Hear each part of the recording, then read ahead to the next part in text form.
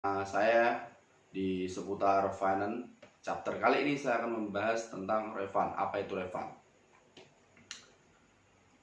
Refund sendiri istilahnya itu pengembalian dana. Pengembalian dana dari mana? Dari pihak finance.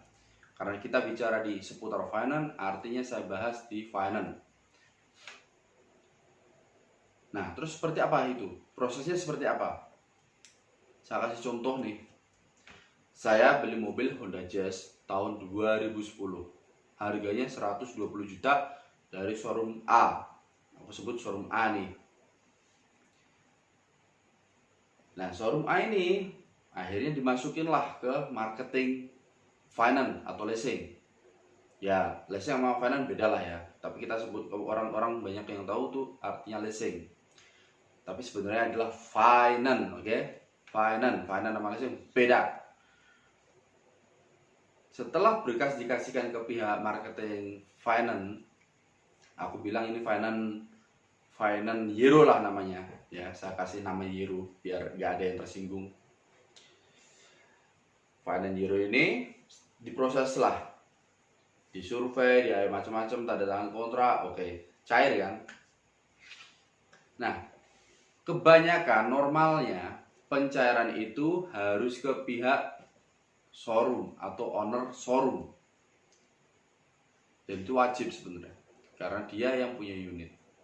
Setelah saya DP 20 juta, sisanya kan 100 juta. 100 juta akan ditambahin dari pihak finance.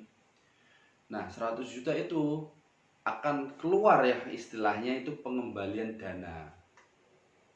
Istilahnya ada kelebihannya lah. Ya toh? Dan itu adalah haknya si pihak showroom atau owner showroom sebenarnya. Tapi faktanya yang bekerja di lapangan sekarang, faktanya ini kebanyakan misalkan deal-dealan harga itu ada yang pihak ownernya pasti dapat, terus marketingnya juga dapat, dikasih sama pihak owner showroom ini. Nah, terus kalau pembelinya, andaikan aku ini pembelinya ya, pembelinya ini paham soal refund, dia juga bisa meminta. Nah, proses memintanya itu seperti apa? Contoh, harga unit 120, ya kan? DP-nya 20.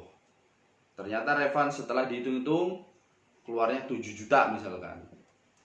Nah, 7 juta aku ini ngomong ke pemilik unit atau ke showroom. Mas, uh, refundnya buat saya ya. Boleh, tapi jangan semuanya. Dia akan bilang gitu. Ya kita bagi dua, 50-50. Nah, karena kita sepakatan deal, oke deal. Jadi sebenarnya kalau alurnya seluruh pencairan memang dikasih pencairan ke pihak showroom atau pemilik unit, wajar. Itu prosesnya sekitar 3 hari sampai 1 minggu maksimal. Kalau ada yang lebih dari itu berarti ada yang gak beres dan harus dicek. Ya, kalau ada yang lebih dari 1 minggu artinya ada yang tidak beres dan harus dicek. Nah, kenapa saya bahas ini di chapter kali ini? Saya bahas tentang refund. Ya karena kebanyakan masyarakat atau teman-teman juga masih belum tahu itu apa itu refund. Kebanyakan misalkan kita beli mobil, ya udah kita kasih yang DP, setelah selesai proses kita bawa gitu loh. Nah, padahal kalau panjenengan semua tahu, itu sebenarnya bisa mengurangi uangnya lumayan. Lumayan buat apa? Contoh, kita mau kredit nih, biar dikasih kemudahan, kita kasih aja uang ke marketing.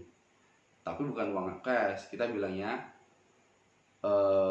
Mbak, saya pengen ini harus cepat di approve atau di ACC atau disetujui. Ya, ini nanti kesepakatan refundnya bagi 3 ya. Ownernya dapat, saya dapat lah, yang jatah saya akan kasihkan kamu 50%. Nah, seperti itu. Katakanlah 7 juta, yang 3,5 itu pemilik unit ya kan, atau owner showroom. Yang 3,5 juta kan saya jatahku. Ya, kasih aja 2 juta kan gitu. biar dia tuh kerjanya tuh semangat untuk nge-proof, untuk memproses data kita. Nah, terus Mas Agus, besar kecilnya refund itu berapa sih sebenarnya? Besar kecilnya itu tergantung tenor, tahun unit, ya kalau tahunnya lama ya jelas sedikit juga, dan berapa total hutang. Ya, tenor, berapa total hutang, apalagi satu lagi tenor, berapa total hutang, sama tahun unit. Jadi nggak semesti 7 juta, enggak. Ada yang 2 juta, ada yang 1,5, kalau bekas loh ini. Ada yang 6 juta, bahkan ada yang 21 juta. Loh, kok ada yang 21 juta? Iya, ada.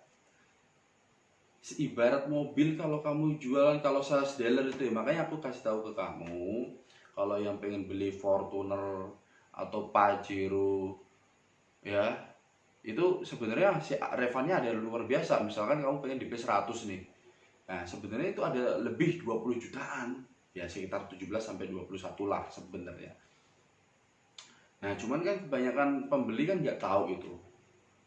Nah bisa jadi itu diambil semua salesnya ya, salesnya dibagi gitu, terus marketingnya dikasih, ya kan, ya kayak gitu. Banyak lah permainan seperti itu di dealer. Ya kembali lagi kita soal refund lah. Terus Mas Agus, apa itu namanya, nah sekarang aku tanya, apa sih fungsi refund kalau buat debitur atau calon pembeli? Refund itu fungsinya cuma satu, mengurangi DP ya. Itu alasan kenapa, itu alasan ada refund, kenapa DP mobil bisa murah ya. Contoh, oh ada Brio bekas, DP-nya 10 juta. Setelah diproses kredit ternyata ada refundnya 3 juta misalkan. Nah, kalau DP 10 dikurang 3 kan 7 juta. Nah, artinya bisa DP 7 juta pun bisa. Nah, adanya refund ini yang menjawab bahwa bos-bos showroom ini lebih suka kredit, pembelian kredit. Beda kalau di saat COVID seperti ini. Kalau COVID seperti ini, mereka lebih suka cash ya, karena susah, prosesnya susah, banyak susah, dan mereka lebih gak suka ribet ya. Saya berkali-kali ditolak terus ya, karena memang musim COVID saat ini DP kalau nggak 35% sampai 50% nggak dikerjain. Gila, nggak ada istilah DP kecil di sini. Nah itulah seputar refund ya. Semoga bermanfaat. Nah untuk kedepannya buat tambah-tambah DP kan gitu.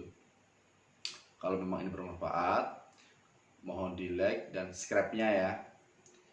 Jadi biar kamu bisa melihat video-videoku next video selanjutnya tentang seputar finance. Itu saja untuk saat ini ya. Wassalamualaikum warahmatullahi wabarakatuh.